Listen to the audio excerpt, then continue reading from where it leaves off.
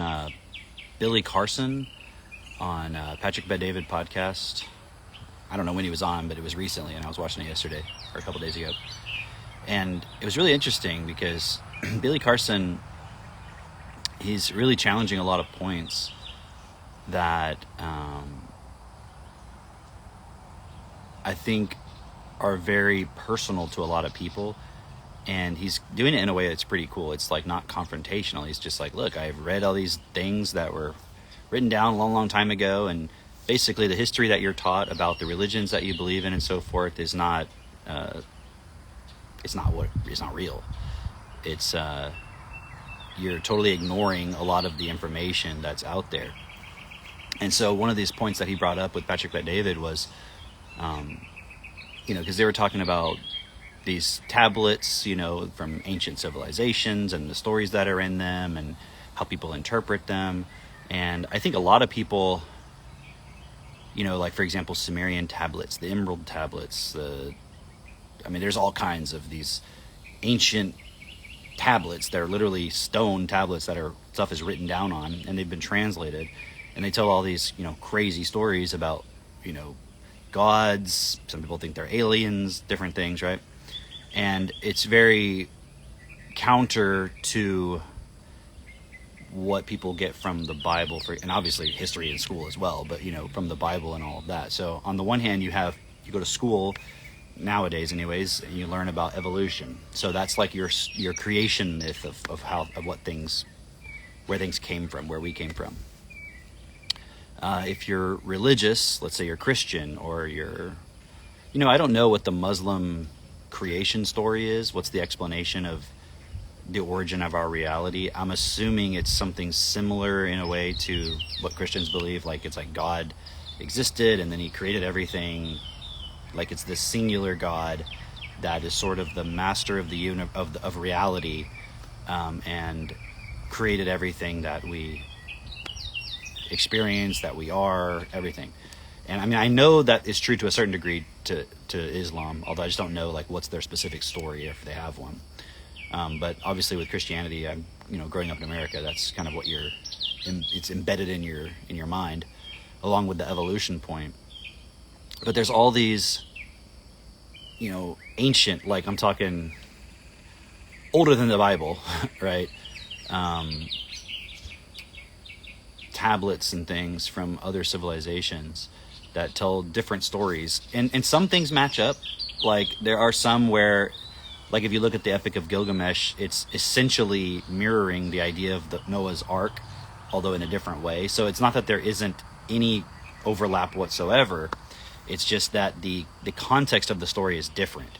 So with a lot of these more ancient civilizations that we don't... It's interesting because I think for most people, when you look at, okay, these ancient civilizations, Sumer, whatever, they have these stories, these myths, and we kind of take it as they're just, they were a long time ago. The people weren't, maybe they were smart, but they didn't have the same technologies that we have. Maybe they weren't as smart, and it's it's actually really fascinating when you think about it. Systemic racism, right? And I always push back on that simply because it's like with climate change, right? Yes, the climate is changing. It's just not changing. It's not, the climate is changing. It's not changing for the reasons that are given. So a thing that's occurring is being used as a problem to give a, quote, solution to, so that, let's say, the elite, whoever they are, whoever is the ones benefiting from this particular solution, can gain more control and power over whatever they want control and power over. You see it all over. You see it in the medical industry. You see it in food industry, all kinds of things, right? Whenever there's a problem, someone comes up with a solution so they can make money. They're not really trying to solve the problem. They're trying to make money or gain more control over something, right? So I'm just saying these things are happening. They're just not happening for the reasons that are given. And I think the people, that's one of the reasons I push back on things like climate change. What would be another one? What did I just mention? Climate change. And what was the other point? Well, whatever it was. Similar with like evolution, for example. Yes, there is evolution, but it's not the ultimate story of who we are, how we got here, why we're here, why things are the way they are. It's if you go back to what I was saying about with the creation myths and everything, it's like I remember now. The systemic racism is how I got on that topic. There is systemic racism. Like, there is racism built into our system. Like, it is an obvious fact that generally in the world, the accepted mainstream view of beauty is a specific type of shaped woman with a specific skin color. Like, that is a fact. That's not because it is per se my preference. It is just a fact out there. But the problem that exists, the solution to that is, we need to do all this racism towards white people, for example. So that it's like a problem that exists, but then the actual solution to it is, the real solution is not brought forward. It's a solution that allows some people to gain control and power, right? So there are things embedded in our reality, like white being seen as more important or better or good, or versus dark, right? So these are things that are, again, they're not less necessarily happening consciously at an individual level, but they are embedded in our consciousness, and it does affect the way we think about things. There is a reality to the fact that if you're born, generally speaking, if you're born with light skin like me, you don't, no one thinks, I don't know, like, I'm not there. I can imagine probably there's even actually I do know, because I know people from Africa, and it's like, even there, light skin is valued over darker skin. Like, so it's just a thing that's embedded.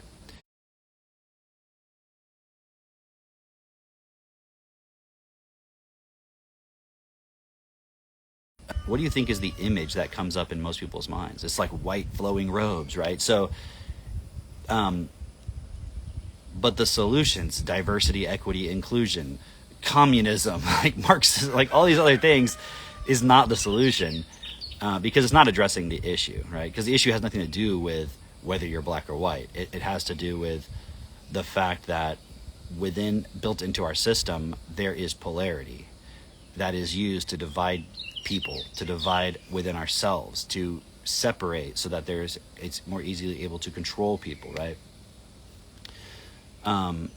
So you have these actual problems that exist, but the solutions given to them are always in a way that the people offering the solution are just gaining more control and power for themselves. The reason I brought up the racism point is because if you kind of extend it a little bit, I remember reading Brave New World when I was, middle school or whatever, and I didn't really process most of it at the time, but there's this whole part, and I don't know if most people are aware of this, because I don't think most people have actually read Brave New World. I mean, I know most people haven't, but I mean, even people who are kind of aware of it, they don't really understand all the concepts in it. It's like you hear it as a buzzword. Oh, a brave new world. It represents some kind of dystopian thing. But there's this whole section in there, I remember, about there being like this guy who's from a primitive society, and he's like a savage. And I don't remember all the details off the top of my head right now. It's been a long time since I've read that book specifically. But it's like he's a guy who's not from the advanced society, right, of the book. And I remember just at the time when I was younger reading that and really not understanding and processing what does it mean savage, And I'm bringing that up because within our world, we imagine people who are not a part of our, quote, advanced civilization as savages, as primitive. Primitive meaning, what it really means is that they don't have the technology that we have. But we also, along with that, assume that it means, like, I mean, honestly, like they're retarded or something. Like they're just stupid, when in fact they're not stupid. They know a lot of stuff. Does that mean they know how to work an iPad or they know how to build some kind of technology like we have? No, that doesn't mean that. Hey, bud. I'm just doing a little video. Yeah? Caius is watching. You want to go over there with Katie? No? So it's like we have this assumption that, these people who have lower levels of technology are not as intelligent, because we're assuming if you had intelligence, you would build certain types of technologies, which is true, but it's only a certain type of intelligence. And also, when you really look at it, it's the fact that I have an iPhone, the fact that I have a computer, doesn't mean that I am, as an individual, more intelligent, right? It might mean I have more access to information. It might mean I know how to operate that device. But in itself, like, the fact that computers exist, the fact that automobiles exist, does that mean you're smart? It doesn't. Like, maybe you say, well, somebody's really smart, or some people, because they've created them and they know how they work and so forth, right? But, like, could you create a computer? Could you build an entire company that just starts making computers? Like, you would know what to do? Like, you're not any fundamentally different than those people in those other societies, in the sense that, like, the average person is not some super computer genius just because there are people who understand computers. But also, what did they understand, right? And I'm not trying to hype up ancient civilizations like they're so much better than us. I know some people do that. It's like, oh, the key is to be like them, or they have all this knowledge and wisdom. I don't think that, in the sense that they're any better. I think they're just equal. I think if you got transplanted back into one of those civilizations and you didn't have all of the cultural programming that you have, and you got their cultural programming, you would fit right in. You wouldn't be like, you wouldn't suddenly be the king. Yeah, maybe if you had, I'm trying to think of what would be an example. Like, maybe if you had a whole arsenal of weapons at your disposal, maybe, but probably not. You'd probably just get taken over, and you know what I mean? Like, you'd have to really know what you're doing with them. So I think the average person, if you remove your memories of who you believe you are and all the programming you've gotten, like if it's gotten from our society, if it's just you and your body, and you take that and you put it back into one of these ancient civilizations, and you were programmed from birth with their language, with their culture, you would fit right in. You wouldn't know any different. You wouldn't feel out of place, because humans have not actually evolved in 10,000, 20,000, 50,000 years. Not in any fundamental way. So these ancient cultures have these stories that we tend to just discount because we're saying, oh, they're primitive. They don't have iPhones and computers. Therefore, what they wrote down was just silly stories. Okay, now, if it seems like I'm not getting to the point of what I titled this video, I'm going to get there. I'm just building some context for you.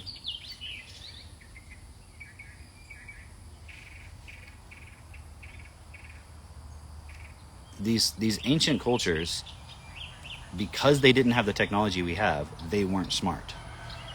But if you took those people and you took away all their cultural programming and you put them in our culture and you just gave them our cultural programming, you wouldn't know the difference either between them. They would just be like us. And here's one point to consider is, has all the technology that we have made us smarter as a general average individual level? It hasn't. It's made life easier in some ways, but has having a phone, like a smartphone, has it made you more advanced, like as an individual being? Are you more advanced, or do you just have a cell phone and you know how to use it? You're not yourself more advanced. So why is it that we have this, and this is why I brought up the racism point. It's like this built-in automatic bias that people a long, long time ago were so much dumber than us. And I know it's not a racism point, but it's similar in the sense of my point about the racism earlier too is that there's like this unconscious sort of bias that we have that light is better than dark, for example, and then you can see how that plays out. Like I know somebody, very close personal friend, who grew up going to a like a private Christian school in Canada where there's not a lot of black people, and I think they were like the only black family in the entire school and for miles around, sort of a thing, right? In a very like wintry type place in Canada, okay? And he was telling me how one time, you know, they were doing a Bible lesson in school on Adam and Eve and everything, right? And then you have obviously the depictions of Adam and Eve being like, they look like white people, right? And then telling them, the kids, like, you know, these are the first humans, right? And everybody comes from them, right? And this kid, he was a kid at the time, sitting in the classroom was like, looking around and it's like, why am I black? Like, what the fuck? What's going on? Hold on. So these are the first people. They were white. Everyone else is white around me. And I'm growing up in this environment where there's not a lot of people that look like me. You know, and I'm not, does that therefore justify anything anyone's doing in the name of solving racism? Absolutely not, because again, that's all just some Hegelian dialectic like power game thing going on. But I'm saying there are these built-in things that we don't really question. The problem is anyone in our system who's taking what I'm saying, for example, and saying, well, we do have these biases, they have an emotional bias on that, a judgment, a fear, whatever it is, and then they're manipulating that point based on that bias. So I don't have a problem saying it, because I'm not saying it as an emotional point of like, oh, these poor people, we need to help them, or no, there's no racism, you just got to pull yourself up by your own bootstraps and quit making excuses. Like, come on, like, if you really believe that, never fucking complain about any single thing ever again that anybody ever does. The government, corporations, your spouse, your kids, never complain about anything again if you accept that, because take it to its logical conclusion. You're basically saying nothing in reality affects anyone individually, and there can't be anything that influences people and like gives some advantages to other people in the system. Like, give me a fucking break. Like, if you're a kid and you're given a really high vocabulary at a young age, you're going to be more effective than other children at your age as you grow up than them. You're going to be more effective than them because you were given a more advanced ability to interact in reality, right? So the elite children, that's essentially what they're being given, just in the context of competing in the system. Okay, so going back to the point, you have these old civilizations that have all these stories, and we just totally discount them because we're like, oh, they were just retarded, savage, primitive people with stupid little stories that are just little pretend stories. Like when you learn about the Greek gods, for example, in school, it's like, yeah, haha, they had these silly ideas about gods. But, you know, one time I heard a really cool explanation about the Greek gods, and it was like the god of warmth, for example, or whatever, the god of the hearth, you know, and it was like they weren't necessarily per se actually saying these are literal people, but it was like the embodiment of certain principles, certain characteristics, and so forth, and then giving it a personification to talk about it and explain. And the thing is, okay, but I listen to these Greek myths and they're so silly, like it just sounds like some drama thing, and it's like, yeah, but you weren't in the culture, you weren't there, you're only reading it as a translation, so you're not even reading the real original stuff, and you don't understand all the context, right? Because it's like, I'm not saying that therefore everything they're saying was valid and they had some more advanced knowledge. It's just like, it's so easy for us to just totally discount it because, oh, that was like 6,000 years ago, what the fuck did they know, right? And yet, at the same time, you've got, I mean, somebody can look it up, maybe put it in the comments, how many billions of Christians are there on the planet?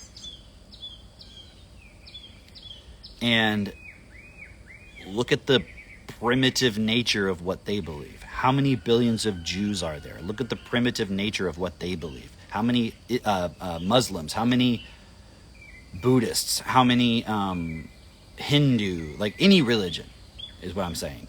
It's if you were applying the same sort of point you're applying to these old Sumer and all these ones that talk about things that you perceive as silly, like aliens or these whatever, are you applying that to every story? And somebody might say, well, yes, that's why I'm an atheist and I believe in evolution and so forth. And I'm like, that's also a really primitive, silly story, because when you actually connect all the dots, it doesn't make sense. It's literally just the same bullshit of the creation story or anything else, just in a, quote, modern vocabulary with using science and stuff. But there's, not that it really matters, but there are scientists, there are mathematicians, there are philosophers who are like, yeah, there's a lot of holes in the idea of evolution. And it's not like, oh, we just haven't discovered this missing part, and if we could discover it, it all works. It's like there's logical flaws in the concept of macroevolution driven by natural selection, is what I'm saying, because that is the story we're impulsed with. And that whole story is just designed to imprint us from a very young age with the unconscious bias that the whole purpose of life is to survive and compete, because it's survival of the fittest. And so it justifies why the elite are where they're at. It justifies poverty. It justifies why life is a struggle. It justifies why the system can't change, because it's just the best we have, and it's just all random anyways. It's all just randomly occurring, and look how amazing things are despite it being so random, which even the idea of it being random like defeats the point, right? And I was listening to this really funny thing the other day, and they were using the that scene from The Simpsons where you could probably look it up, but it's like Mr. Burns, the rich guy, right? He, because I don't know if you've heard this thing of like, oh, if you have 100, I don't know what the number is, but let's say you have 100 monkeys on typewriters for an infinite amount of time, they'll eventually write the entire works of Shakespeare or something like that, right? It's this idea of the concept of randomness plus infinity, plus infinite time, right? You could have every combination and it'll just be there, right? And it was like,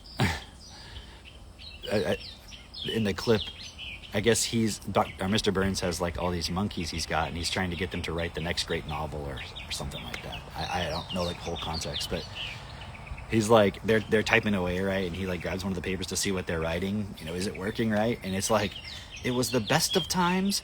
It was the blurst of times. Like, they got one word wrong. Like, God, he's like, you stupid monkey, right?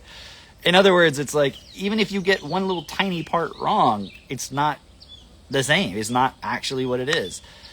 And how much time would that really take? And the fact that you have most random mutations, most meaning by far, like the number of times that a random mutation is beneficial, if you were to just roll the dice, is like, I don't know the exact number, but like 1 trillion times it's harmful. For like one time it's beneficial. So when you start putting all these pieces together, it doesn't make sense. And also, if it's a whole random thing, just survival of the fittest, really think about this for a moment, right? Even single-celled organisms have DNA.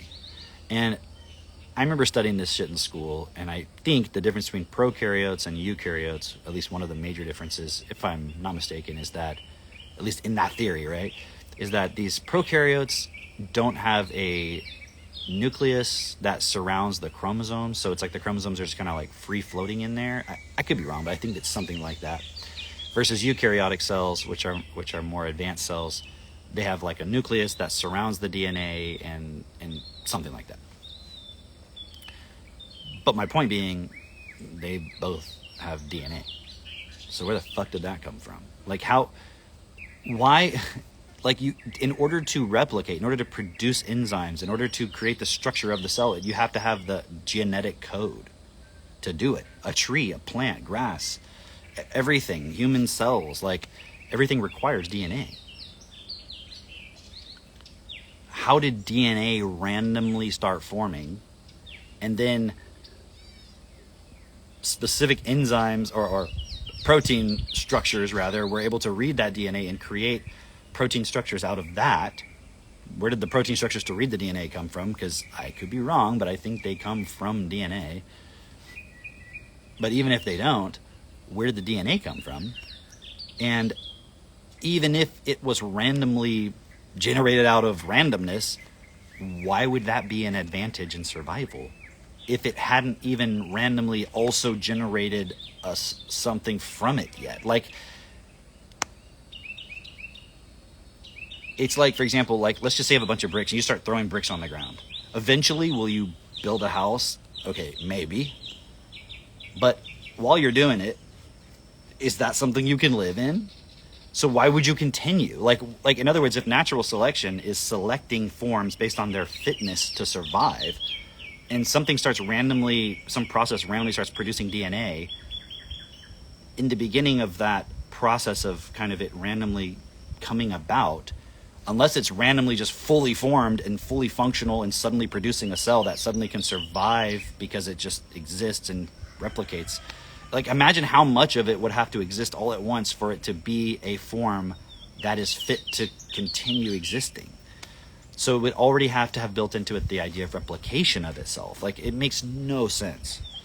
And when you really press scientists on this point, they don't know. It's like,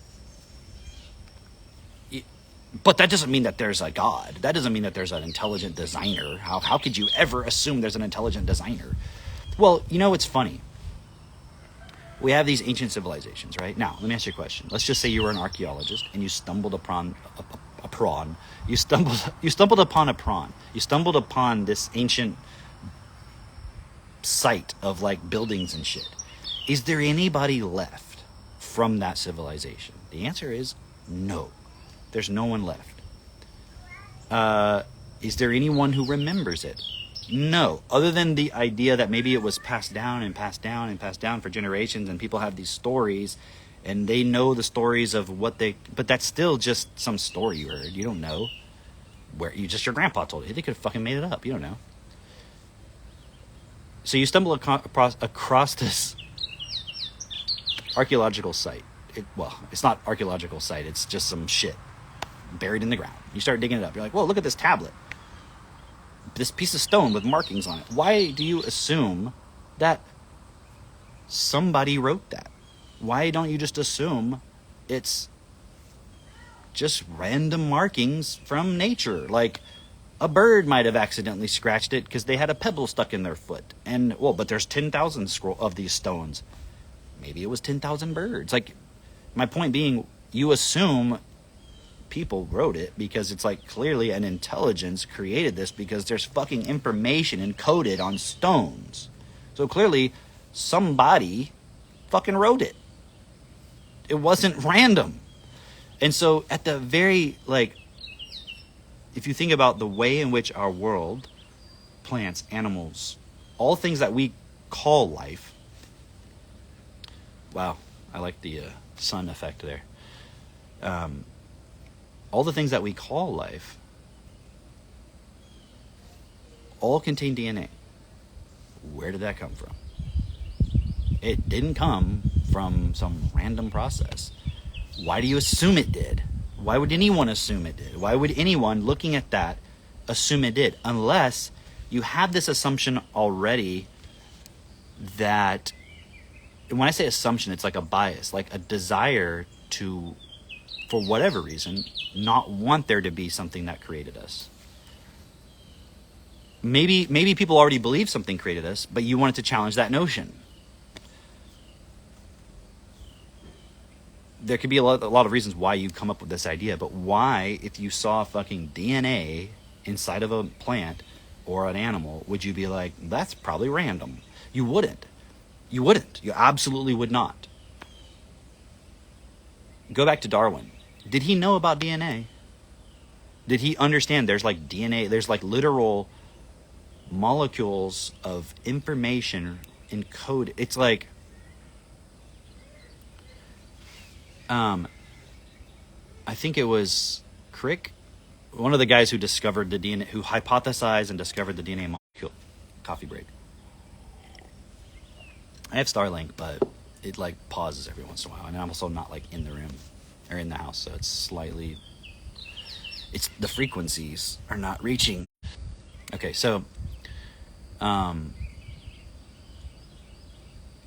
Why you wouldn't assume it? The problem is if you see things that exist and you want it to potentially be randomized evolution that created them, you could start making up a theory about that. And so you go back to Darwin and stuff. He didn't know about DNA. Like he didn't know about DNA as a molecule. And when I was bringing up Crick, you know, and you can go and look exactly what Crick actually said. But essentially, he's like, look, this DNA stuff that we've discovered is not just. It's not just chemicals that happen to work together to make stuff. It's a code. It is a information code. It is a. I think he used the word an alphabetic code, and obviously that doesn't mean there's literally an A, B, and C. But if you go and you study what does it mean an alphabetic code, it's a little bit more fundamental than just literally the letters A, B, C, right? But it's like it's an actual informational code. Just like you look at the code of a computer, that's information. It's not just chemicals that happen to work together.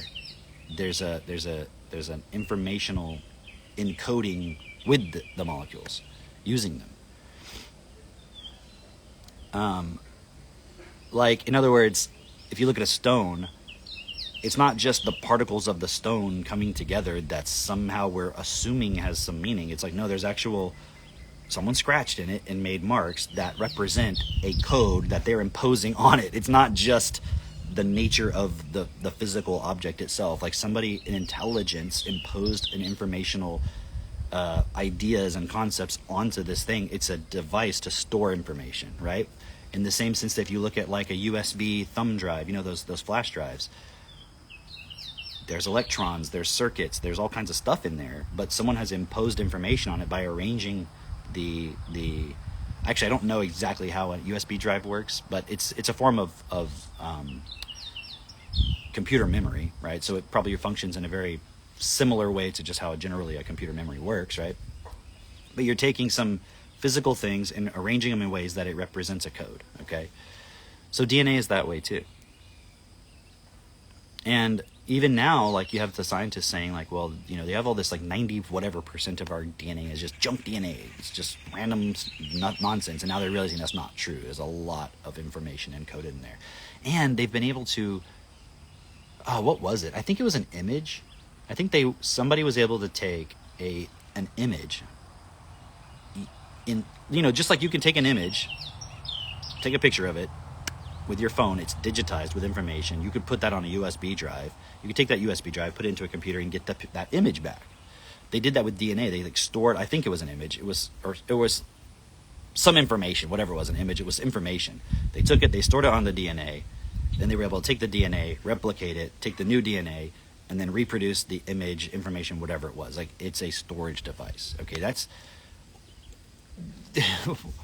What are the odds that this random thing that just happened to randomly make things, like people and plants and animals, also randomly can be used to store information like a computer also, but that's not the purpose of it? Like, that's not what it just happens to also do that. Like, give me a break.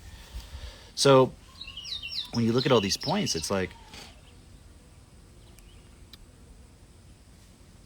reality, and just in terms of what we understand as reality, what's in front of us, what we can see, is so advanced. It's crazy advanced. You look at the nanomachines that are inside the cells of animals and stuff. Like, they have like literal entire motors with bushings and all the different parts of a motor, but with chemicals, and like work and function like a motor. And they're like, there's like, it's like a little actual machine inside there. That's not random. That's someone made that.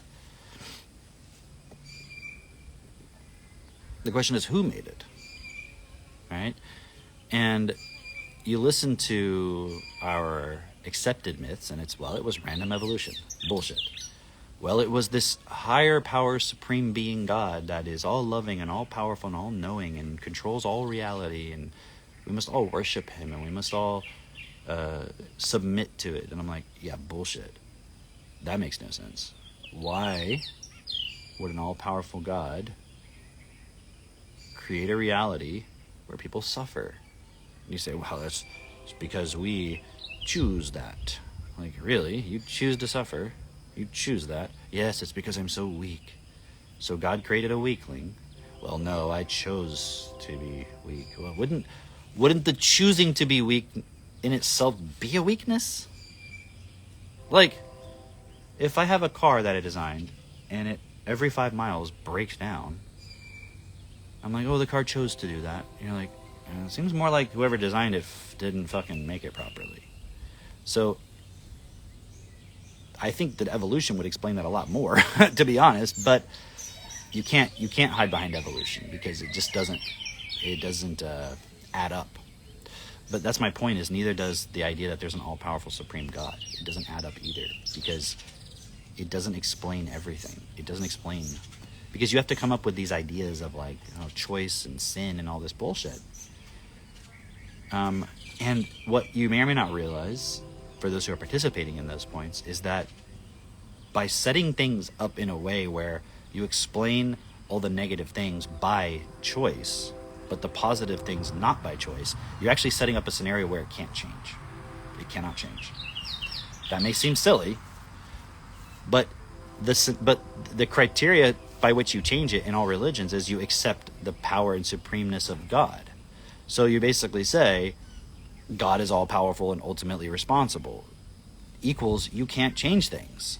Not fundamentally. So, I did a video a couple days ago. It's somewhere on my timeline in here, to get more perspective on that. But if you go back to these ancient civilizations, they all kind of converge on this idea that, yes, we were created, we meaning what we call human beings, and a lot of what we call our reality was structured by some other beings that we would consider superior to us, in the same sense that you consider your boss superior. Like you consider that you consider some guy working at McDonald's is inferior to Mark Zuckerberg, or pick your entrepreneur billionaire guy that you like. Superior in the sense of they're just so much more advanced. Like, okay, you don't think they're more advanced? All right, switch them places for a day. Do you think Jeff Bezos could do the job of the McDonald's guy? Yeah. Do you think the McDonald's guy could do the job of Jeff Bezos? No. They would collapse immediately, right? Am I actually saying fundamentally Jeff Bezos is a superior being? No. It's programming, right? And this is my point. There is no superior being. The only reason why, if we have a creator or creators that created us and then they seem superior, is just because of what their programming was. And they were in a different context. In the same sense that if you are trapped in a virtual reality, like let's say you're just playing a virtual reality game and you forgot somehow that you're in it, and then somebody on the outside is like programming it, you'd be like, wow, that person is superior. I can't do that. I can't program this game. I'm just in this thing, right? But they're just in a different context, and you're in the illusion, so to speak. You're in the part that is programmed, and you're accepting yourself as a program. Now, just to cut to the chase, I would suggest that we are equal to those original creators, whatever they are, because what is inside them as who they really are, which is life, is also who we really are within us. It's one and the same. The difference is us as a being, as life, is operating in reality through a particular form, and that form is either limited or not limited, programmed to some degree, not programmed in some ways, and so forth. And because we're only accepting our actions and our thoughts and our beliefs and everything according to what was programmed into this body that you're in, that's the degree to which you will be limited.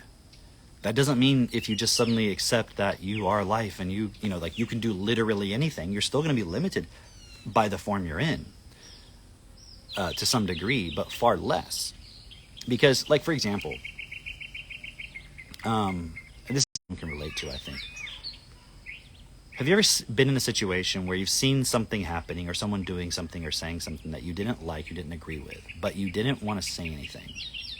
You didn't want to stand up in that moment and do anything.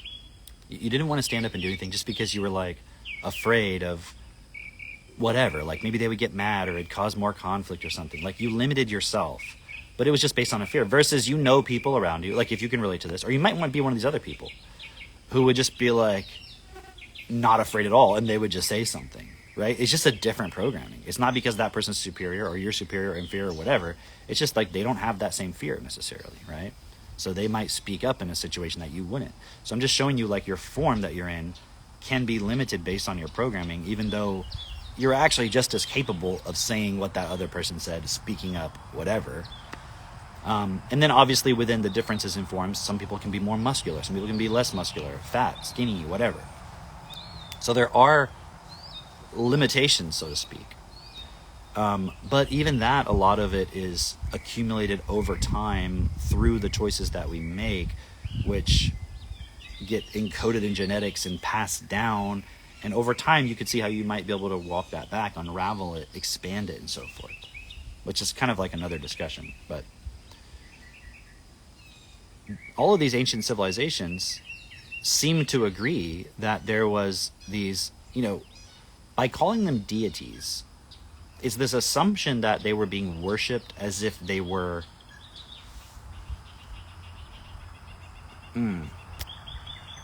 I just prefer to call them aliens. And maybe that's not how they referred to them, although I think in a lot of contexts that is kind of how they referred to them. But when we talk about them as deities, it already automatically implies that there's a belief that they are fundamentally superior. And what does it mean to worship something? And like, even if there is or was a god that you perceive as superior, why should you worship it? Unless you're afraid of it. I mean, I understand if you're afraid that it's going to punish you if you don't, okay. But like, and I mean, really look at this. Be self-honest, because if you say, well, it's because it's so much more advanced and so forth, well, what happens if AI becomes more advanced than the average person? Should they worship it? Like, what if you're born into a world 50, 100 years from now where it's just normal to have, like, my kids, I mean, they're smart, but they're children. They probably can't really understand that. They understand it, but they can't viscerally understand that when I grew up, there was no cell phones. Like, when I was a kid their age, there was no cell phones. I mean, there was computers, kind of, like DOS prompt, like literally green text on a screen, like no pictures on the computer. It only came later. And I remember that because my grandpa was an engineer and was into computers very early on. I remember, like, accessing files on a computer through a command prompt when I was little. And even before that, like, imagine, it's hard for us, people my age, to imagine, like, going up to a computer and having to put a card into it with holes punched in it that you had to punch in. And, like, that's, like, the code. I mean, it seems so primitive if you think about it. But that was only, like, 50, 60, 70 years ago, whatever.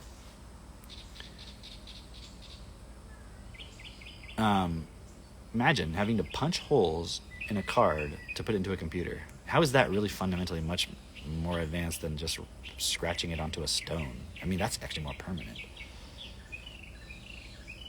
So we have these ideas that, like, we should just totally dismiss all of these ideas from these ancient people because, they were just worshiping these deities. And I'm like, just because they wrote it down and described it didn't per se mean that they were just worshiping a god that they made up. But even that point, so you're saying it's possible for a civilization to be so retarded that it just makes up gods where there's no evidence for it and just wants to worship them and just writes down stupid stories. And, like, if the whole idea of evolution is that you do things to create more survival, how does that create you better? How does randomly doing that make you better at survival? Right?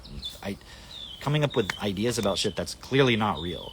So it's just so easy to discount these stories. But then we won't apply that same logic to, what about all the stories we tell ourselves? And I don't mean just like, I mean like, creation stories, evolution, science, all these stories we tell ourselves. The only reason people think that our science is more valid is because we have cell phones. But okay, fine. Like, there's a level to which we can technologically apply certain things. But scientists still don't understand how the pyramids were built. Like, they don't. It's not that we couldn't build a pyramid, but they don't understand how it was done back then. So that already implies there was perhaps a level of technology we're not aware of that maybe there's no more evidence for. You say, well, there had to be some machines lying around. I mean, Possibly. Maybe it was done in a way with a technology that this just wasn't left around and it's just gone. You have to expand the way you think about it. If you try to understand it only within the context of how you think things already are and only evaluate things based on that, then it's like it's a cyclical type of argument. Like, well, what if there was some technology that was so much more advanced than that, or I'm not saying this is the case, but maybe it operated in another fucking dimension, and like you wouldn't have any physical 3-dimensional evidence. Like, whoa, there's no other dimensions. Okay, but again, you're already assuming that your view of reality is sound, and therefore anything outside of that is not valid.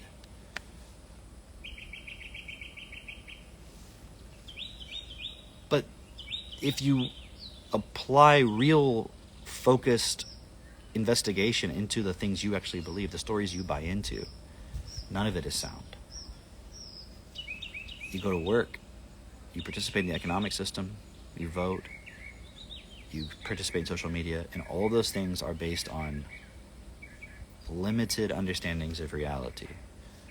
And they all have flaws, and they all produce consequences in our world. The very system that you participate in is the very thing you're complaining about. So whatever criticism you have against the government, the people, movements, philosophies, celebrities, like whatever, it's all one system. So if you're going to use your worldview to justify why you can't expand and consider other things, just realize all the problems that you do recognize are coming from that worldview remaining intact. So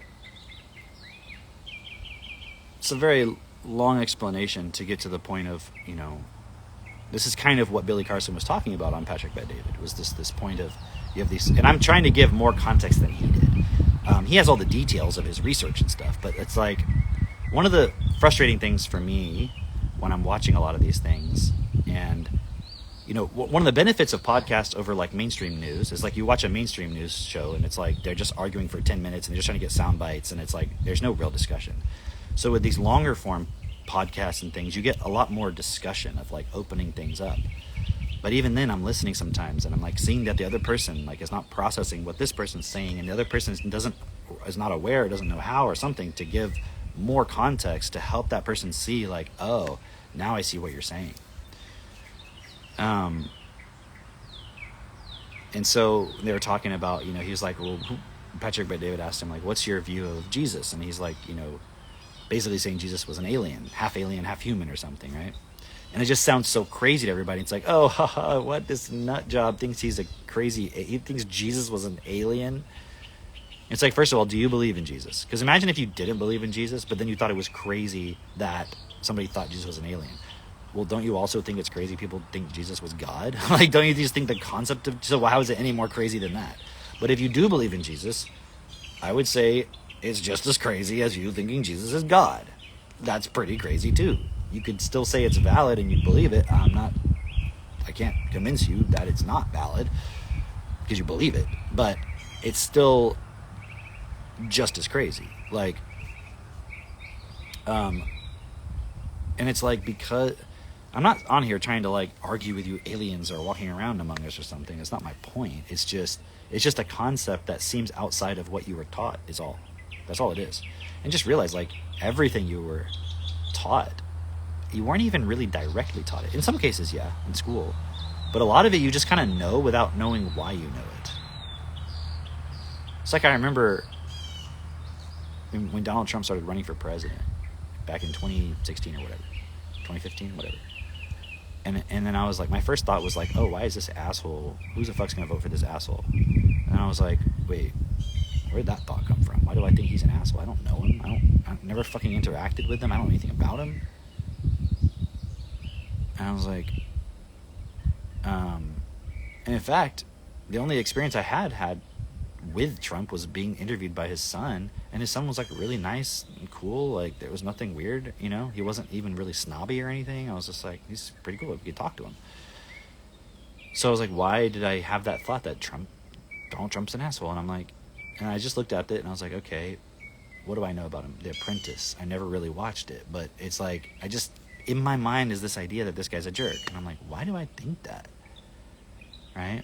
And I remember I had listened to Your Wish Is Your Command, and in there they talk about Donald Trump, and it's not even actually anything negative about him, but there was an association there. And I was like, why do I know something about this when I never actually studied it? I never investigated it. I never put much effort into considering it. And yet I have this automatic assumption or belief or knowledge about it. And that's really how most of our knowledge is formed. It's all through suggestion and impulsing, and we never really questioned it. We never really sat down and created a structure of knowledge. Like, if you study mathematics and you want to get really good at it, you have to sit down and build that structure into your vocabulary. When people are like, oh, I'm so bad at math, it's because you didn't do that. That's it. You're like, no, math is just always really hard for me. Right, I know, because someone didn't from the very beginning do that with every bit of math. And you felt forced, you felt rushed, you felt negative. There was a lot of negativity built into your associations towards math. That's all it is. It's not really that hard. You're not smart because you understand math. You're not dumb because you don't. You just don't have the vocabulary. You don't have that structured in effectively. And if you took the time to do it, you'd be like, oh. So when I'm like, oh, like, math is not that complex. And I mean, I'm sure there's a lot of abstract, advanced math I'm not even aware of, or I don't know, or if I read it, I'd be like, I don't understand this yet. Because I'd have to go back to where the prerequisite is not met in terms of vocabulary. But when I'm like, basic general, even calculus is not that complex. People who haven't built that structure and are like, oh, it's easy for you to say, like, you're smart or something. It's like, no, dude, it's not about being smart. It's just, do you have that structure or not? When I was in high school, calculus made zero sense to me. It seemed like some fucking hieroglyphics. It seemed like some stone tablets from ancient Sumer that I could not read. So, but you go through the process, I went back when I was in college of like, okay, I don't really remember how do you add fractions? I had to reteach myself all that. And as I started doing that, I'm like, oh, this feeling I had that people who understand math are some super geniuses. It's just like because I didn't have it structured in.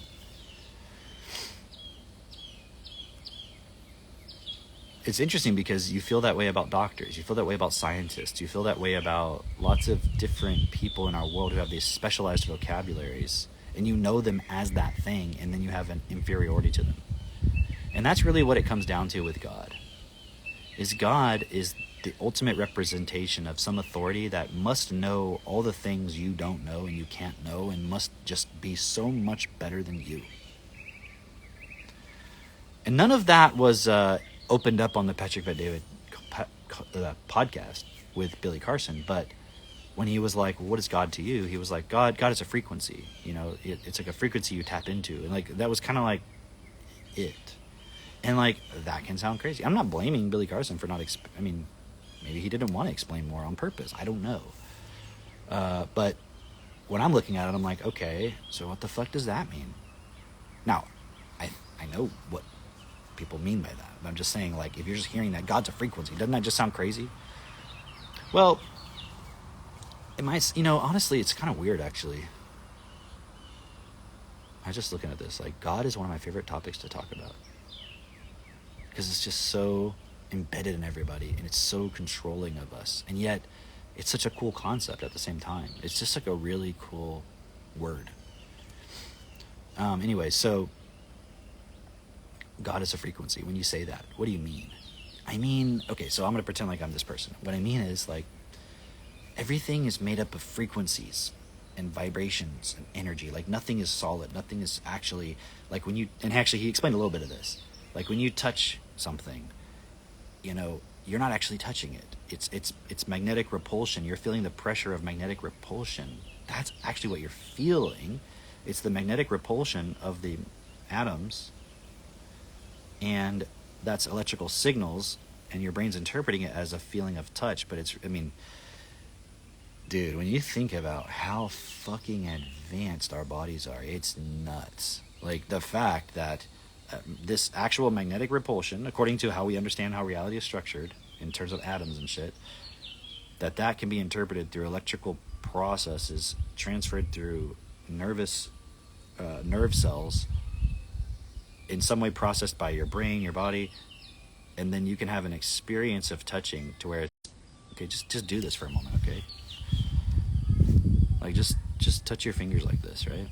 And, like, just barely touch them. Feel, like, that real slight. Like, kind of, and then just kind of rub them together. And, like, you can, and perhaps you can even feel, like, the grooves of your fingerprints. And, like, push. And, like, feel it. Like, in real time, your body is translating that into an experience for you that you can consciously and you can be aware of, and you can experience it. Like, doesn't that kind of blow your mind, actually? We take that for granted. It's extremely complex, right? But they're starting to figure out how to get robots to be able to do that. So when you kind of think about it, like, a million years from now, well, we have super advanced robots that are kind of like humans, like, yeah, obviously. So is it that crazy that some fucking, let's say an alien or some shit, created human beings and their bodies, even though it's so crazy complex? Does it have to be the most superior being that ever existed in the world? They're like, well, but yeah, but explain trees and plants and all that stuff. And it's like, well, if you think about it, though, let's just say you had all matter exists already. Let's just take that as the prerequisite, or as the assumption, right? So all matter exists, but there's no real form or function to it. At least all matter, there's no form in the context that we understand, okay? So let's just say there's a bunch of matter that is unformed. And you know how to put information into it so that it will start self-organizing. The matter will start organizing around that information. So obviously there's, when you make a robot, you have to physically put the parts together. But how do you make the robot run? You put, like, computer code into it, right? And you have actuators and so forth and muscles. But then that's really just electricity. And you have the electricity being controlled by the computer code in terms of when the thing moves or not, right? Because a lot of these new robots they're building are electrical. They're not hydraulic. So it's like an electric motor. So you're giving electrical impulses controlled by a computer program to determine when it moves. It's kind of similar to our muscles, right? And how, like, electrical impulses cause them to move, right?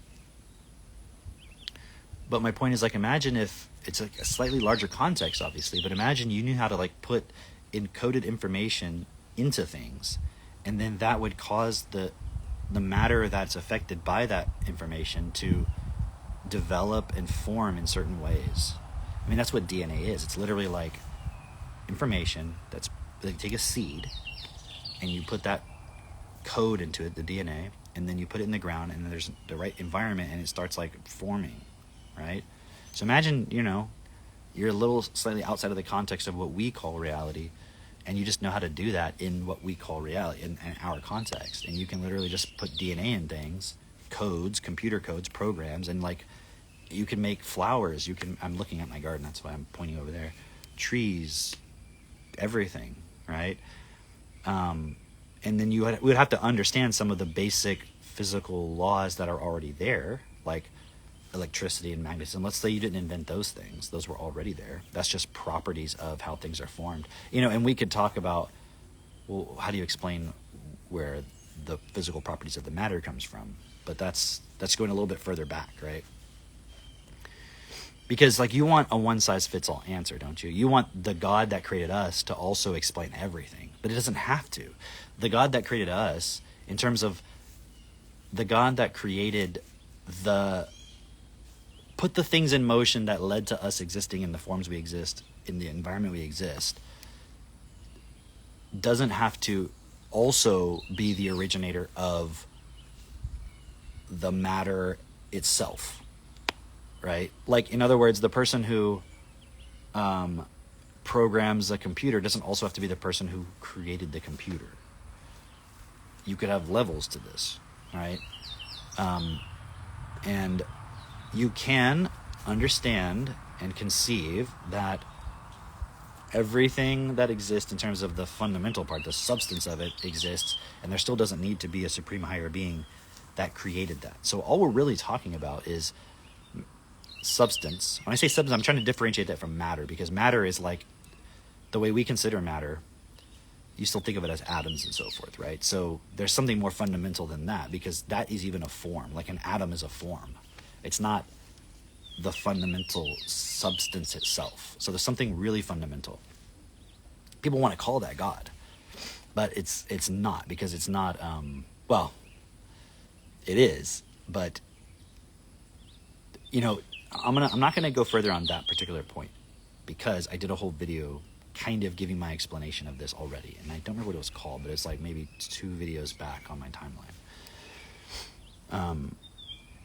So anyways, I'm just going to leave that aside, because I could go on and on about that and just repeat myself. It's not necessary.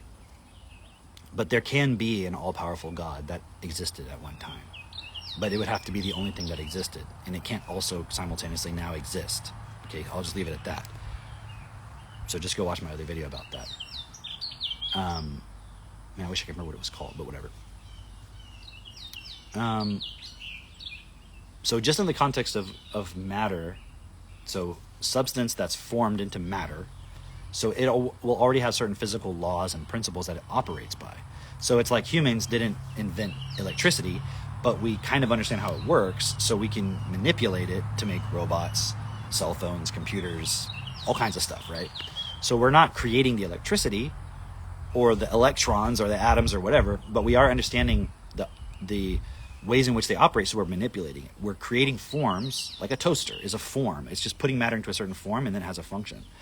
And I would suggest that is what the God or gods that are responsible for how we exist in our current forms as human beings understood how to do that.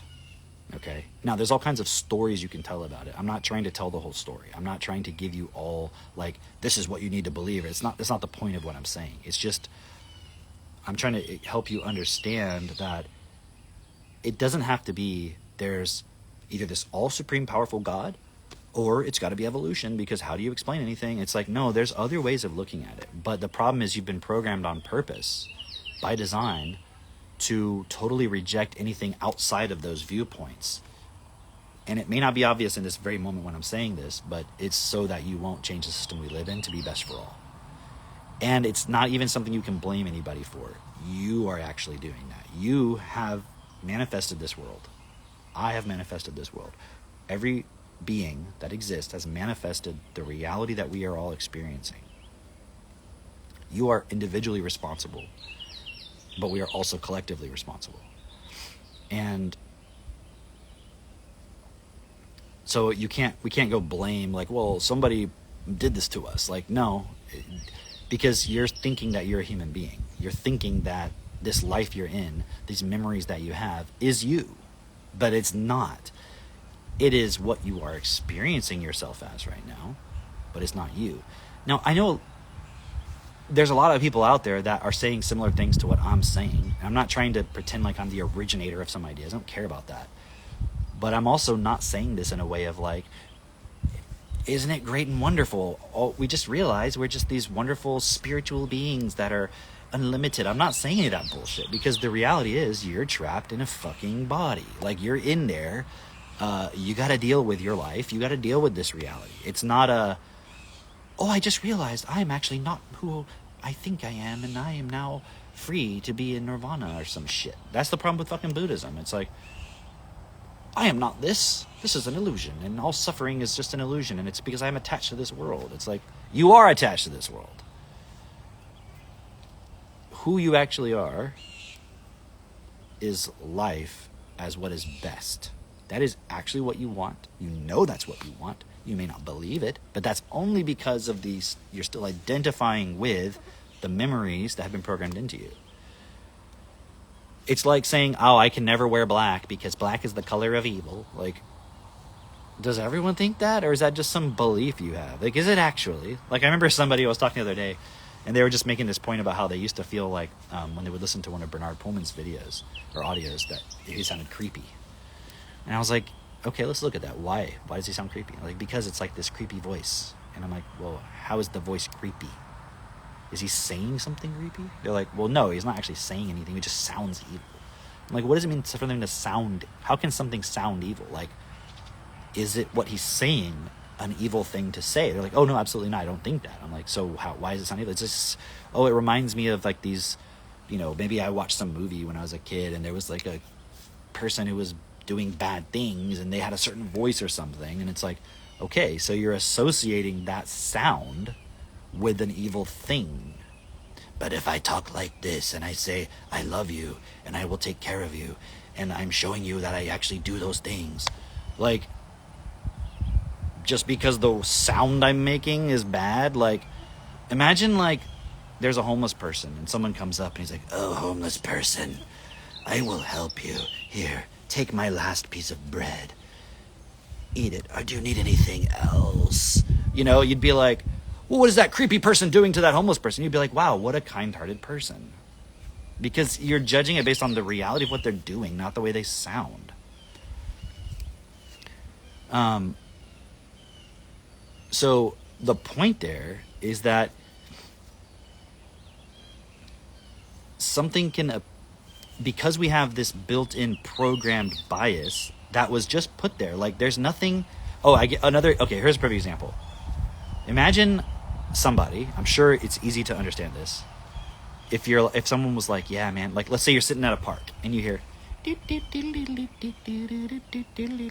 and someone's like, oh, dude, you hear that creepy music? You're like, what? Creepy music? What are you talking about? And you're like, what? You're like, dude, I wonder if there's going to be some like weird creepy clowns coming to murder us or something. And you're like, yeah, okay. Or maybe like there's ice cream. Like maybe it's just an ice cream truck. Let's go get some ice cream, dude. That sound makes me excited. Because like, you hear the ice cream trucks right here in America anyways. But someone's like, oh no, it's creepy, man. That's creepy clown music or some shit. And you're like, what are you talking about? And it's like, because some movie they watched a long time ago when they were a kid and there was creepy clowns that would always come out of an ice cream truck playing that music and murder people or something. You're like, the sound itself is not creepy. And oops. There's been times where I've we were watching something and with like Max, for example. And there was a part where he was like, hey, I don't like this part. It's kind of scary. And I'm like, well, oh, really? Okay, let's stop it for a moment. What's scary about it? Because I'm like, I'm not scared. I'm not saying you shouldn't. Like, you're wrong for feeling scared, but what is it that... And he's like, I don't know. And he was kind of trying to explain like why it seems scary, right? And it was more not scary. It was just more like kind of suspenseful, right? So it's like, oh, I feel like kind of... So I said, okay, let's try this. Okay, are you okay if we just watch it without the sound off? He's like, yeah. So we did that, and he's watching... And I forget what it was, but it was nothing crazy, like, because we don't watch a bunch of gratuitous shit with our kids anyways. But he was like, oh yeah, it's not scary at all. I'm like, it was the music. Isn't that interesting? So we had this whole discussion about how like certain types of music and certain sounds can impulse us. But is there anything actually evil about it? It's just sounds. It's just frequencies. It's not real. So this whole concept of God, you have to really work on removing all your biases about it, about what the word means, what it should mean. It's a really great audio from Bernard Pullman called Divinity on Earth. It's so good. Because it's like, if God was here on Earth, what would God do? If God was the God everyone thinks God is, like, wouldn't he like go and fucking be a human being? Let's say God was a human being and acting in a human body. Wouldn't he like go and get a bunch of people to work together and like fucking solve poverty and solve all the problems and stop wars and shit? You're like, no, you would just kind of get a bunch of followers and they would all worship him. Like, that's what the concept of God, as people understand it currently, that's what it allows for. If everybody was like, no, that is not what God means, and I'm not looking for that. God is responsibility for something. God is that which takes responsibility. I mean, I think anyone can agree with that. It's just you don't see how you can take responsibility because you're so limited, everyone is, within the way we've been programmed to not understand words properly, to not understand information. We've been miseducated. So we're so dumbed down that we're like, well, clearly anybody who takes responsibility must be some kind of a god. And you're like, well, and that's what happens because you have a system that's based on competition and zero sum.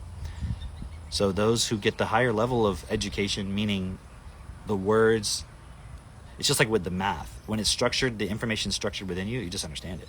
When the information about how to build a business, how to raise money, how to do all that stuff is just built into you, you just understand it and you just do it.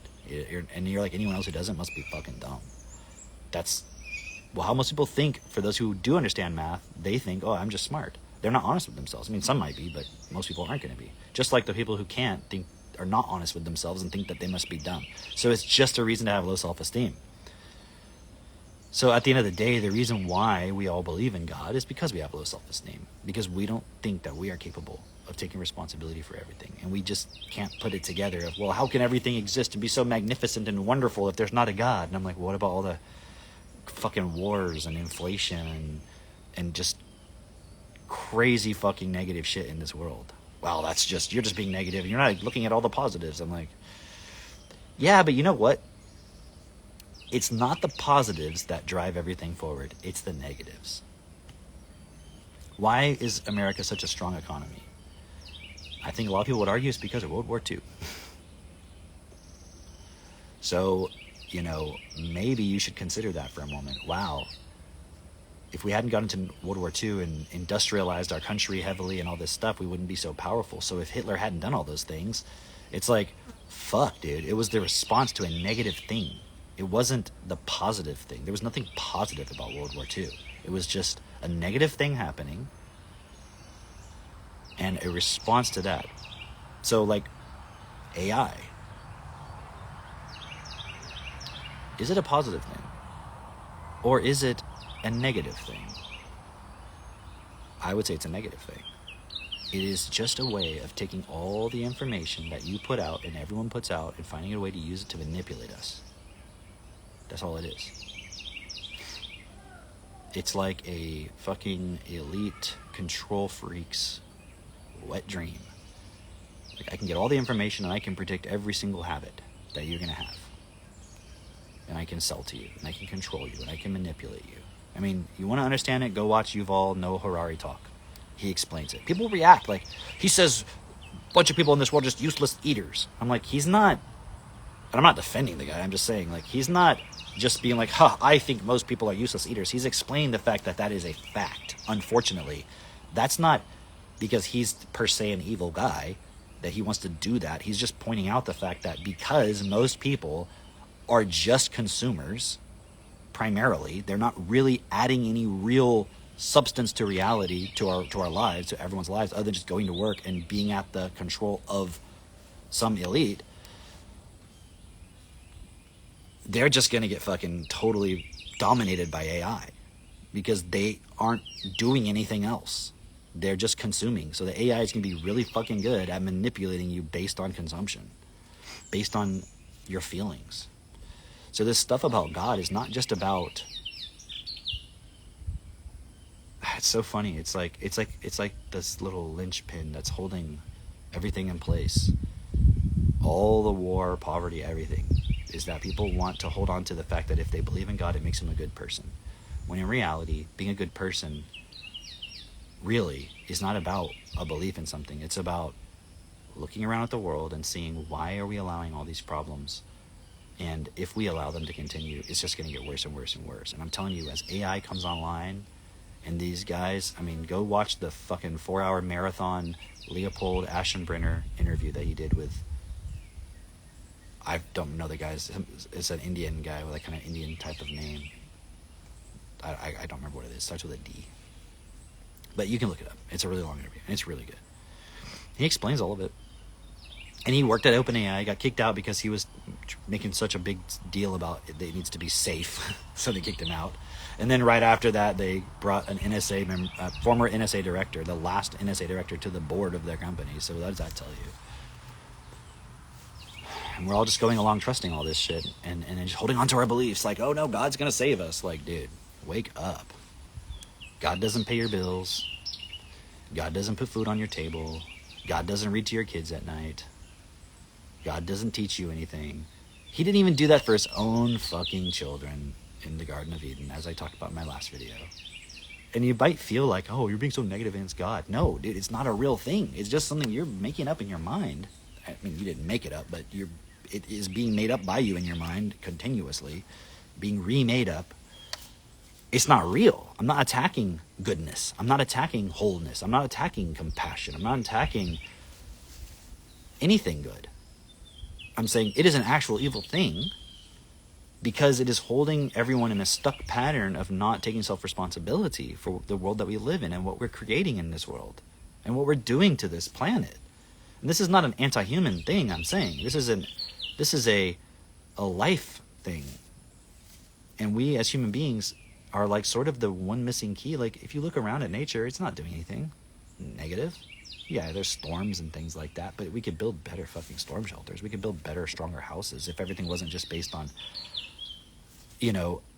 cutting costs at all cost just to make profit. You could build better shit. You could make way more effective stuff. Like, you can predict these things. I mean, they're even saying they're going to predict the weather.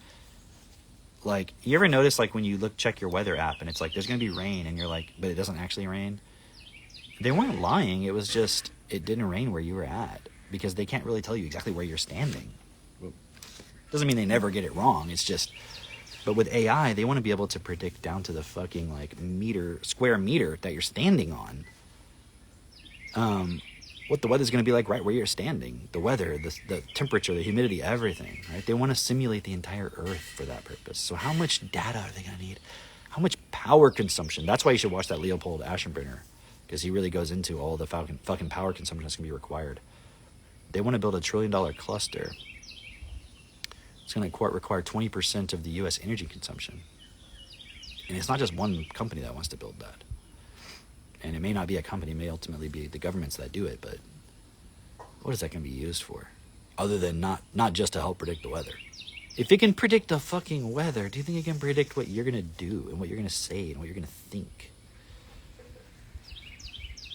So while people sit here and argue about, oh, how dare you challenge God and the idea of my beliefs and everything, like, while the fucking world is on fire, it's like time to wake up. So I know a lot of people will just react or whatever, but if you were for a moment self-honest and you're like, what are you reacting to? That I'm saying we should be evil? Is that what I'm saying? Or am I actually looking at all the evil and being like, hey, why are you not stopping it? Why is God not stopping it? Let's maybe work together and figure out how to stop it. It's not really even have to figure it out, but it might seem like figure it out from your perspective, just looking at this.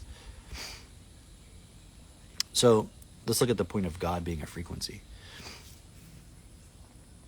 It's just nonsense. Because what does that even mean? Everything is a frequency. No, it's not. Like, it's so easy to say God is a frequency, and then you're like, well, what's a frequency? Watch this. Da da da da da da da da da da da. Right? Those are 3 different frequencies of my tongue vibrating on the roof of my mouth. Frequency is just a rate. So God is a frequency. What the fuck does that mean? It's a frequency of what? Like, you can have a frequency of sound. You can have a frequency of light. You can have a frequency of how many times you take a shit during the day. You can have a frequency of how many times you water your garden. You can have a frequency of how many times you take your kids to the doctor. You can have a frequency of how many times you brush your teeth. You can have a frequency of how many times you think about sex during the day. You know what I'm saying? Like, you can have a frequency, and you can think about frequencies in that context. Like, if you can have a frequency, just means the rate at which something happens. What does it mean that God is a frequency? It doesn't say anything. It doesn't imply any responsibility. Now, I'm not criticizing Billy Carson for saying it, because I would assume that there's a level within him where he's kind of like, hey, and why he's doing what he's doing is that he's like, we should make things better. I don't think he's a bad guy, but it's not the whole picture. It's like, oh, God's a frequency we tap into, so we do meditation, and we have certain crystals, and we have energy things, and we have certain colors we wear, and it's like taking the concept of frequency way too seriously. God just means responsibility. So do you have to meditate to do that? Now, if you're feeling really stressed out and you're feeling all bad and negative, and meditation sort of helps you deal with that, but I mean, honestly, you can just breathe. Like, it's not what meditation is, just breathing. You're just not thinking. So it's not like something special. Meditation doesn't raise your vibration. Oh no, but it does, because your frequency of your brain patterns, like, so because you can measure the frequency of electrical activity on your brain while you're breathing and you're not thinking as much, that implies you're evolving somehow and you're becoming closer to God. Like, this is just bullshit. Like, yeah, you're slowing down, so you're not thinking as much. There's less electrical activity. It's slowing down. Big deal. Now try to go build a house while you do that. Like, I'm not saying you have to be constantly thinking about everything, but it's like, in itself, it doesn't do anything. You can't, and this is the point. The idea that you can just tap into this God frequency somehow, and then what? Is that gonna like mind control you to like do what is best? Is it gonna, if I meditate and everyone meditates, suddenly food arrives at my doorstep? Like what? That's not how reality works. Like if you really believe that, just meditate and see what happens. Because you're like, well, I see these monks, they meditate for years in a mountain. Yeah, people bring them fucking food. Oh no, I saw this one guy, like he meditated and never ate, never drank, and just sat there and he just lived forever. I'm like, and what did he do? Like, bullshit. People supported him because he represented to them some idea of God, holiness, spirituality, higher purpose, whatever. But like, nobody wants to do that. It doesn't make sense. That's not what you want. Is that the solution? Because if it's the solution to solving the problems in the world, it's actually the solution to what you should do all the time, forever. Like, think about it. If meditating creates things happening in your world, why should you do anything but meditate? So literally, you want life and reality and your experience to just be meditating. That's it. That makes zero fucking sense. That's not really what you want. But nobody really puts their beliefs and their ideas to the test. It's like you're just arguing with somebody and they're just coming up with something else. What about this? And you're okay, well, what about that? And you're like, did you really think about what you're saying, or are you just trying to argue with me, right? So God is a frequency. Doesn't make any sense because it doesn't explain what the frequency is. It doesn't explain the frequency of what? The frequency of some activity, the frequency of some energy. But energy is just a byproduct of separating matter from itself. That's all it is. Like, look at what a battery is. You take chemicals that have ions, you connect them through some means so that they can flow back and forth, and you put some kind of thing in there that can, as these electrons flow back and forth across this mechanism, that can somehow make something do something. I mean, it's very simple. But the energy is not real. You have to make a battery. You can't just have energy. You say, well, I believe everything is energy. Doesn't make sense. Everything may have energy. Everything may exist within a context of energy. Everything might utilize energy. But that's not, like, it's kind of like the same thing with meditating. You just want to be energy. Then what? You don't want matter. But it plays into this idea that if I just really sort of meld with the energy, I can flow and be unlimited, and all matter could be at my disposal, and I can manipulate things at will. It's just this fantasy version of reality that doesn't require real responsibility. It's like, what if you accepted that reality is the way it is because it is physically manifested form, and the only thing, the context of energy is just something that we require in certain contexts to make things move into other ways and into new forms. But in itself, you have to manipulate the form, not the energy. You have to go physically dig up oil. You have to then burn that oil, essentially. You know, you separate it, you get the natural gas. You burn the natural gas. That makes heat. That expands. That does something. It expands molecules. That makes them vibrate faster. That heats up your water. And then it cooks the food. But that's just utilizing energy. That's not being energy.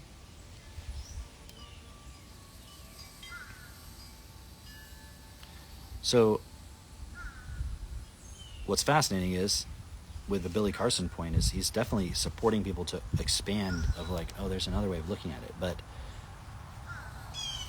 if a person, I looked at the comments on that interview just a few days ago. I don't know what they're like now, but it was just everybody like, oh, this man's so full of himself. This is what it sounds like when you talk confidently, but you don't know what you're talking about. Oh, he's against Jesus. And like, it was just a bunch of Christians in there. And I was like, wow, they are having some serious cognitive dissonance. It's like, Jesus is an alien. What are you talking about? How can he be an alien? It's like, did he come from the earth? What do you think alien means? Does that actually downplay what Jesus was saying? No. But you don't even know what he was saying. Read the actual Bible. I read my Bible. I read it every day. Really? In Hebrew, in Aramaic, in Greek. No, I read the divinely inspired translation by God. So God was able to divinely inspire a human to write it. Why didn't God just manifest it? Like, why didn't he just manifest some stone tablets that were physically impossible for us? Like,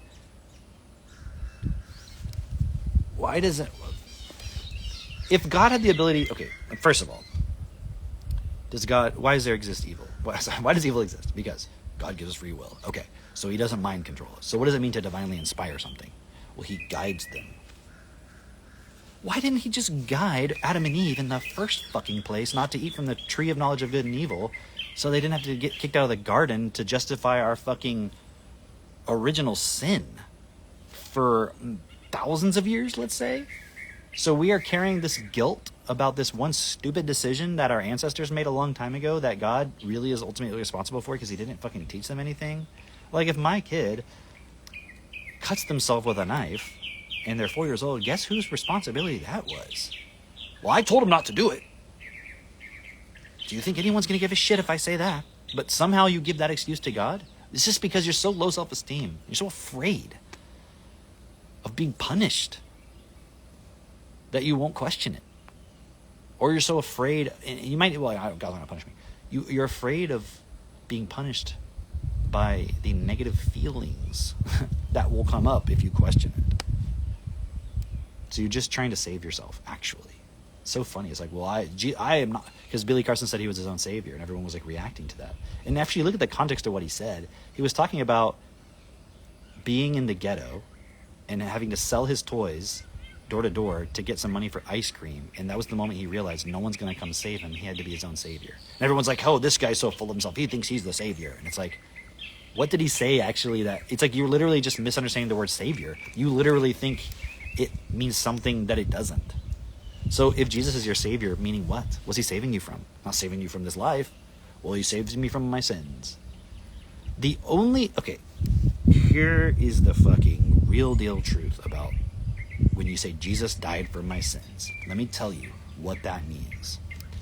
It means when Jesus was crucified, and I'm not saying he was a superhuman, he was God. I'm just saying when he was a person, in whatever context you want to understand, and he was going around telling everybody, hey, you're not who you think you are. Just like I'm saying right now, which doesn't mean I think I'm Jesus, doesn't mean I think I'm a fucking savior. I'm just a human being, and I'm just explaining something. I'm saying something that's really just fucking common sense. When Jesus went around telling everybody, in probably a much, well, I was saying more effective way than me, but actually not, because he wasn't considering some points. And I don't... See, it's funny because even if I say that, there's this point where I feel like I have to explain, well, I don't think I'm Jesus. Like, only because everyone thinks that Jesus was some superior thing. So therefore, if I'm saying, like, if I was like, Jesus was a pretty good carpenter, but actually I'm really good at it. I'm better than Jesus. You'd be like, oh, you think you're better than Jesus? It's like, what, someone can't be better than him at something? Like, because in your mind, it has to exist as he's the superior thing. It's a cyclical argument, right? So I don't see Jesus that way. Sorry. He was a being who was here on earth, and he was telling people, you're not your memories, you're not the picture that you see. You are here, you are in this reality, but you're operating at far less than what you really are. And what you actually are, fundamentally, deep down, is the same as me. Me meaning, in the context, him, saying, you are me. Like, we're literally the same. You are life. You are literally the expression of heaven on earth. That is actually what you are. Like, you're from heaven. You are equal to me. Like, we're brothers chilling up in heaven. But you got trapped here and you're in this illusion because you're in some fucking place that a bunch of, let's just call them aliens, or whatever you want to call them, deities, gods, call it God. God. Okay, that'll make you feel better about it. Created this little reality for you, and you got trapped here, and you got totally miseducated, and you believe that this is all you are. Like, you're just this little slave here. You're not. And if you would forgive yourself, you could solve a lot of problems in your life. You call it healing, right? And we're like, what the fuck are you talking about? How dare you fucking say that? How dare you? And they killed him. And in that moment, he was like, dude, all these people killing me, agreeing with this, being down with it, this, because, you know, you understand how things work. You understand it's not just like, oh, something happens and it's totally random. Like, it doesn't matter. No, everything that happens, like, reverberates through all of reality because it's all energy, right? It's all one thing. It's all vibrating together. Like, okay, show me one molecule in a pond that's not affected when you drop a stone in it, no matter how big the fucking pond is. You may not be able to perceive that slight vibration, but it's there. It ripples out forever. Everything that happens affects everything else. So that really disgusting act of killing Jesus because he came to tell everybody, hey, you're accepting yourself as something far less than what you are, actually. And you are here as an expression of heaven on earth. And if you lived as that, this would be heaven on earth. But instead, you're waiting for heaven somewhere else. And by doing that, you're actually making heaven less than what it can be. I'm not going to go into all that right now, but let's just suffice to say that what people believed is heaven is just where everyone thinks they're just fucking energy. And it's not real. It's a house of cards. And the real reality is the physical substance that we are. We call it earth, but it's a lot more than just the earth. And because he dared to say that you are equal to reality and that you can manifest heaven on earth, not only as one individual, but all together equally, if we recognize that equality within each other and we operate as one within that, but as individuals with free will and making the choice, dude, there's so much abundance on this planet, and it could just go to the next level. It's like, it's kind of like, okay, you know, the AI stuff they're doing, and you know it can get better than it is, but it's limited because we haven't yet put enough things together, or, you know, it's just an analogy, but I'm saying, like, inherently, it's a lot more powerful than it even is right now. That's why it goes through these stages, right? So it's like you're unlocking the next stage, right? So I'm just saying, even nature itself, it's like, if we think, like, we can't, imagine you thought we couldn't feed everybody. A lot of that just has to do with the distribution of food because of the economic system. But let's just say you didn't think even right now there was enough. If we change the way we interact with things, it could produce a lot more. There's so much more abundance that's, like, locked away than we realize. So anyways, Jesus came and said that, and then everybody killed him. I say everybody because nobody wanted to get it. And anyways, they killed him, and it was such a disgusting fucking thing to do that. And Jesus recognized, like, this is going to be a trauma, a guilt that is going to just make it impossible for the world to ever change, because one time somebody came and said the truth about reality to help everybody, and then he was killed. Like, the inherent genetic imprinted guilt that's going to be passed on for generations and generations, it's just, it's unacceptable. And he was willing in that moment to just forgive everybody and be like, look, I know you're doing this because you don't understand what I'm saying, and it's also he's like, you know, I mean, imagine you're in his shoes, like, it's also my fault. I didn't make it clear enough. I didn't understand the whole context to really make it clear. But, but I forgive you, right?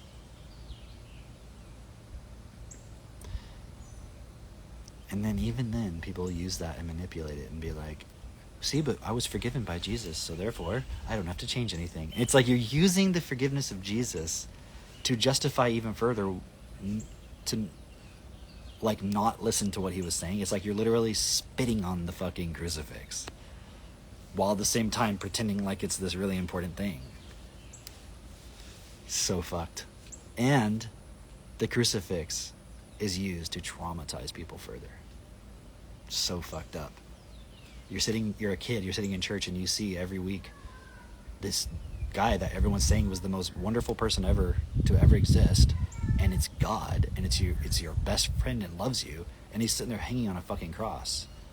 And they're like, oh, but don't worry, like, he's still alive. And it's like, why don't you put that picture up there? Why don't you put the fucking picture of him being alive and happy, like, chilling up in heaven, like, hey, come on up, you know, that, why wouldn't that be the imagery? Instead, it's like, no, let's focus on the fact that we killed him. Somebody killed him, right? And then now we have whole fucking wars being fought where all this bullshit is being justified because it's like, well, you're just blaming us because you think we killed Jesus, which is all horse shit, and like that's just anti-Semitism, and therefore we can go to fucking war and do whatever the fuck we want, and it's the only reason anyone's criticizing us is because they just don't like us because we're this. And it's like, if everyone would drop all this bullshit, things could change. But nobody wants to forgive themselves because, again, only God can forgive, apparently. So you can see how this concept of God just holds all this bullshit in place, even if you're an atheist. Because your God is just competition, survival, the idea that you're better than others. Because most fucking atheists think they're smarter than everybody else, and that's why they were able to figure out God doesn't exist. Ha ha ha. I'm so smart. These idiots. Look at all these idiots around me. They must be so stupid. And I'm like, dude, there's fucking people way smarter than you who believe in God. Right?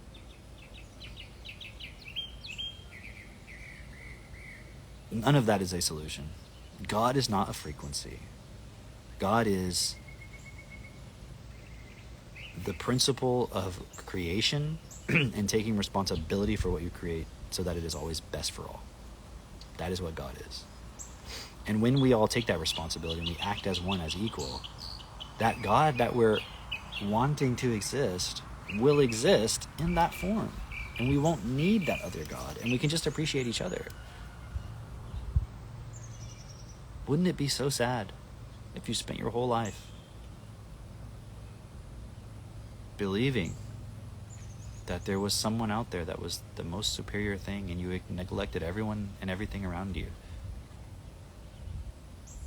In a real fundamental way. You may not feel like you're neglecting. I spend time with my family. I love my wife. I give her gifts. I provide. But you don't really know who she really is. You don't really know who you really are. And you're neglecting that. You're actually just ignoring it. And then you're projecting it as somebody else. Like, is it possible for anyone to be God? You say, well, no, only God. Well, what about God? Can God be God? Is it possible for a being to be God? So you even believe it's possible, but it's like, no, it's just this other one that I just ultimately, it's everything you want and everything you can't be, and you don't actually understand it, but you'll argue with me till you're fucking blue in the face about everything with certainty, as if you understand it, even though you will, if anything is pushed to the point of real logic or common sense, you're like, well, I mean, ultimately God is mysterious. We don't really know. It's like, well, you don't really know. Exactly. But it shouldn't be mysterious. And this is why I'm saying, again, it's an excuse, because it's like, so the ultimate nature of reality is ultimately, we can't know it. What is the fucking point of being alive then? What is the fucking point?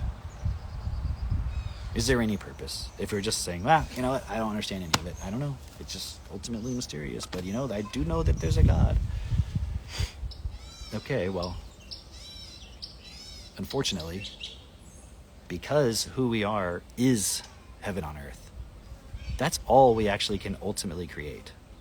Now you say, well, then why haven't we done it? Because we're in this illusion of time where things take time. And so it seems like it's taking a long time, but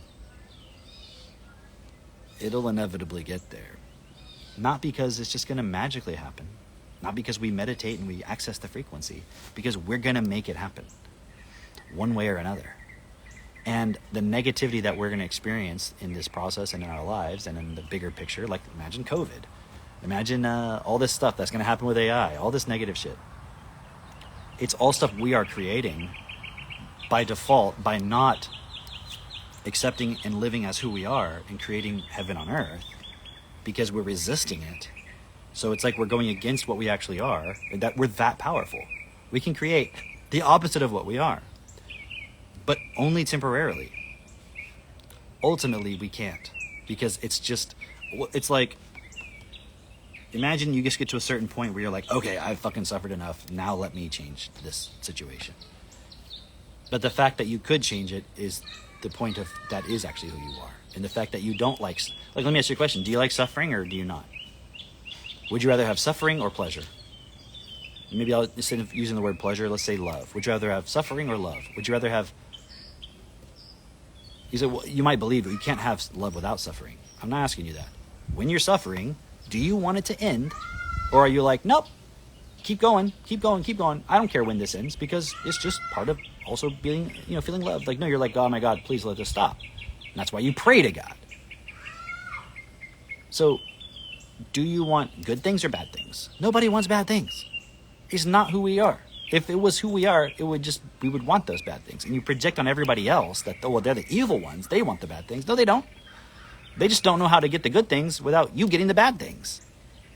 They're still trying to they just have a fucked up idea of what good is.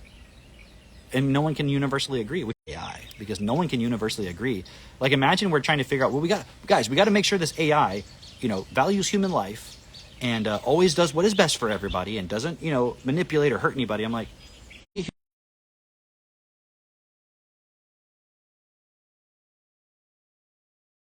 a fucking economic system which creates poverty. So that should tell you all you need to know about the nature of this AI long term. So we are literally creating the most perfect. You want to know it? And I'll leave it at this. Go read Harlan Ellison. It's a very short story. I don't know how long it is. Not more than 20 pages, probably less. Go read the short story. You can probably find it online. I have it in like this anthology of his stuff. Harlan Ellison. It's a story called I Have No Mouth and I Must Scream. I think I have it right. I have no mouth and I must scream. I think that's the way it said. I Have No Mouth and I Must Scream by Harlan Ellison. Go look that up and read that. Because and then after you're done with that, go read The Metamorphosis of Prime Intellect by, I think it's Roger Williams. And you can get it free online. I have a hard copy. I actually lent it out to a neighbor. And those two perspectives should give you kind of all you need to know about where this fucking AI is going and why it is not to our benefit. I mean, we can't stop it, but what can we do? How do we align AI? We align it by aligning ourselves with what is best. Because who is the parent of the AI? Us. The fact that God's children, us, Adam and Eve, chose what was not best is not a reflection on us. It's a reflection on God. God is us. It's just the principle of a creator who created something and didn't consider what was actually best and made a mistake. And now there's regret. And imagine as a parent, instead of you taking responsibility when your child fucked up and supporting them to understand why, instead you just punish them because you are judging yourself as your child. And so you're just punishing, hoping that will change it because you have a fear that if they don't, they won't be able to survive. But through that, you actually create a survival mentality and you participate in creating a zero-sum survival game where your child gets screwed, you get screwed, everybody gets screwed, and no one wins. And it's just more suffering on the pile, an accumulation, so that we can eventually get to the point of realizing, oh, you know what? I'm done with this. I actually want to create what is best. I actually want to be in heaven. And even if you die and you go to heaven, you're going to be like, oh, this isn't heaven. So I didn't create it. I don't belong here. It's not real. It's just some bullshit. Man, I wish I was still on Earth where I had a physical body and I could actually do stuff. Instead, I'm just kind of floating around. Right? So, just some points to consider.